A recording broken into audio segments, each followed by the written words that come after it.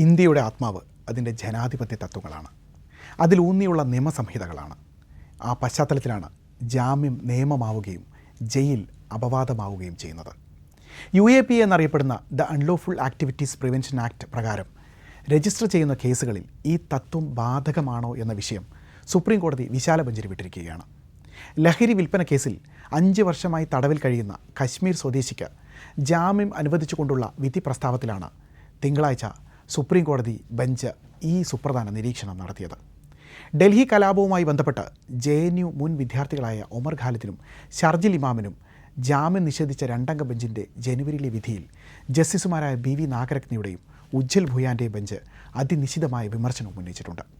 ഈ സാഹചര്യത്തിലാണ് വിഷയം വിശാല ബെഞ്ചിന് വിട്ടത്. എന്താണ് സുപ്രീം കോടതി ബെഞ്ചുകൾക്കിടയിലുണ്ടായ ആശയക്കുഴപ്പം? UAPA കേസുകളിൽ ജാമ്യവുമായി ബന്ധപ്പെട്ട് നിലവിലെ കോടതി സമീപനം എന്താണ്? നമുക്ക് പരിശോധിക്കാം. ഡൽഹി കലാപവുമായി ബന്ധപ്പെട്ട ഗൂഢാലോചന കുറ്റം ചുമത്തി ജയിലിലടച്ച ഒമർ ഖാലിദിനും ഷർജിൽ ഇമാമിനും ജാമ്യം അനുവദിക്കുന്നതുമായി ബന്ധപ്പെട്ടാണ് സുപ്രീം കോടതി ബെഞ്ചുകൾക്കിടയിൽ ഭിന്നാഭിപ്രായം ഉടലെടുത്തത്. കോടതിയുടെ ഒരു ബെഞ്ചിൻ്റെ വിധിക്ക് മറ്റൊരു ബെഞ്ച് എതിരഭിപ്രായത്തിലൂടെ മറുപടി പറയുകയല്ല വേണ്ടതെന്ന് ജസ്റ്റിസുമാരായ BV നാഗരത്നയുടെയും ഉജ്ജൽ ഭുയാൻ്റെയും നടപടി വിമർശിച്ചുകൊണ്ട് ജസ്റ്റിസുമാരായ അരവിന്ദ് കുമാറും വരാലയും വ്യക്തമാക്കുന്നുണ്ട്. വെള്ളിയാഴ്ച പുറപ്പെടുവിച്ച ഉത്തരവിൽ KA നജീബ് കേസിൽ സുപ്രീം കോടതി പുറപ്പെടുവിച്ച വിധി UAPA കേസുകളിൽ വിചാരണ നീണ്ടുപോയാൽ യാന്ത്രികമായി ജാമ്യം നൽകാവുന്ന തരത്തിലുള്ള ഒന്നല്ലെന്ന് ജസ്റ്റിസുമാരായ അരവിന്ദ് കുമാറും PV വരാലയും വ്യക്തമാക്കുന്നുണ്ട്. പാർലമെൻറ്റ് ജാമ്യത്തിന് നിയന്ത്രണം വയ്ക്കുമ്പോൾ ഭരണഘടനയുടെ 21-ാം അനുച്ഛേദം എങ്ങനെ പ്രയോഗിക്കാനാകുമെന്നും ബെഞ്ച് ചോദിച്ചു. വിഷയം തീർപ്പാക്കാനായി വലിയ ബെഞ്ചിന് വിടണമെന്ന് ചീഫ് ജസ്റ്റിസിനോട് ഇരുവരും ആവശ്യപ്പെടുകയും ചെയ്തിട്ടുണ്ട്.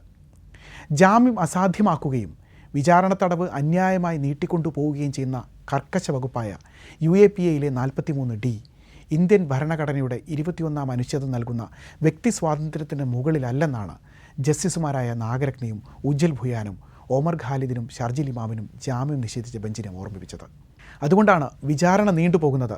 UAPA കേസിലും ജാമ്യത്തിനുള്ള ന്യായമായി 3-അംഗ ബെഞ്ച് നജീബ് കേസിൽ വിധിച്ചതെന്നും ഈ മാസം 18-ന് പുറപ്പെടുവിച്ച വിധിയിൽ ഇരുവരും കൂട്ടിച്ചേർത്തു.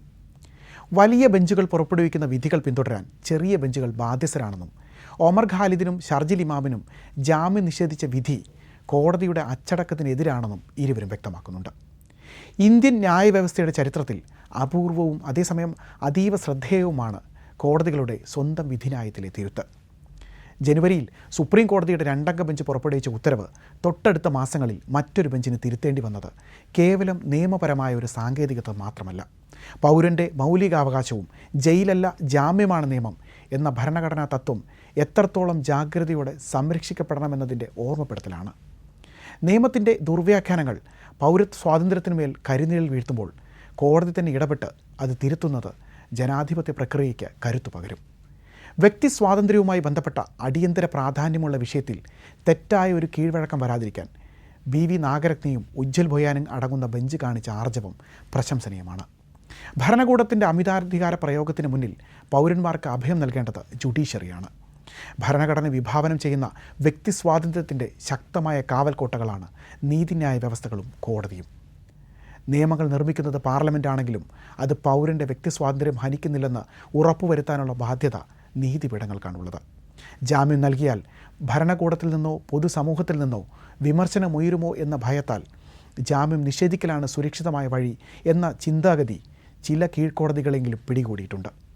ചില ന്യായാധിപന്മാരുടെ വർഗീയ മനോഭാവവും ഭരണകൂടത്തോടുള്ള വിധേയത്വവുമാണോ ജാമ്യ നിഷേധത്തിന് പിന്നിലെന്നും സംശയിക്കപ്പെടേണ്ടതുണ്ട്. UAPA പോലുള്ള നിയമങ്ങളിൽ പൗരൻ്റെ മൗലികാവകാശത്തെ ബാധിക്കുന്ന ദുരുപയോഗത്തിന് സാധ്യതകളുള്ള വ്യവസ്ഥയുണ്ടെങ്കിൽ അത് തിരുത്താൻ ഭരണകൂടം തയ്യാറായേ മതിയാവൂ. സ്വാതന്ത്ര്യം ഓരോ പൗരൻ്റെയും ജന്മാവകാശമാണ്. അതിനെ തടവിലിടുന്ന നീക്കങ്ങൾ ഏതു തന്നെ ആയാലും വെച്ച് പൊറപ്പിച്ചുകൂടാ.